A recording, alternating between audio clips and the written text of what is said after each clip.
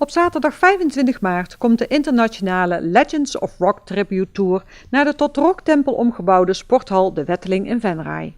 Het wordt een ultieme livebeleving met internationale tributes van Rammstein, AC/DC, Metallica, Ozzy Osbourne, Guns N' Roses, Foo Fighters, een mega lichtshow en veel special effects. Wijkvereniging Landweert organiseert op 18 mei een heuse fietscrosswedstrijd. Kinderen kunnen in verschillende leeftijdscategorieën tegen elkaar strijden op de fietscrossbaan van de natuurbelevingstuin. Iedere zaterdagmiddag valt er het een en ander te beleven in het centrum van Venray. Zaterdag 11 mei bijvoorbeeld zorgt het seniorenorkest van Horst en de Maas voor sfeervolle muzikale klanken tussen 14:30 en 17:30.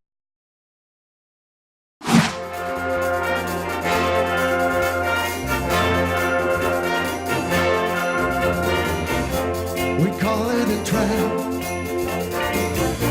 I can't walk out because I love you too much, baby. Op zaterdag 11 mei zal Fanfare Ons Genoegen uit Oerlo in samenwerking met Fanfare Dorpsklank een concert geven op het Dorpsplein in Oerlo. Jeugdslagwerkgroep Hartslag en de leerlingen van project Muzieketiers zullen ook hun muzikaliteit komen tonen. De leerlingen zijn in februari gestart met zelf muziek maken en geven op 11 mei hun eerste optreden. And we can build our dreams on suspicious minds.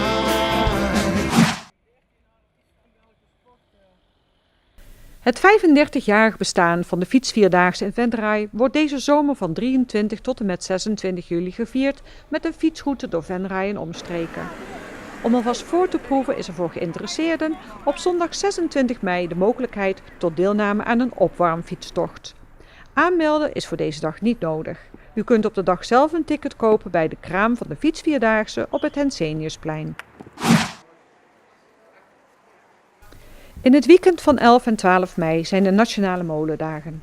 Tijdens deze dagen zullen veel activiteiten georganiseerd worden rondom de molen in Merselo. Altijd interessant om mee te maken hoe de wind de molenwieken aan het werk zet. Zaterdag 11 mei organiseert Beats & Style een dansavond in wijkcentrum Het Schupke. Dansen en ontmoeten, een mooie combinatie voor een gezellig avondje uit. Wist u dat het carillon van de Grote Kerk in Venray regelmatig bespeeld wordt? Het carillon met haar 50 klokken zal op vrijdag 10 mei tussen 7 en 8 uur 's avonds bespeeld worden door Rosemarie Seuntjens.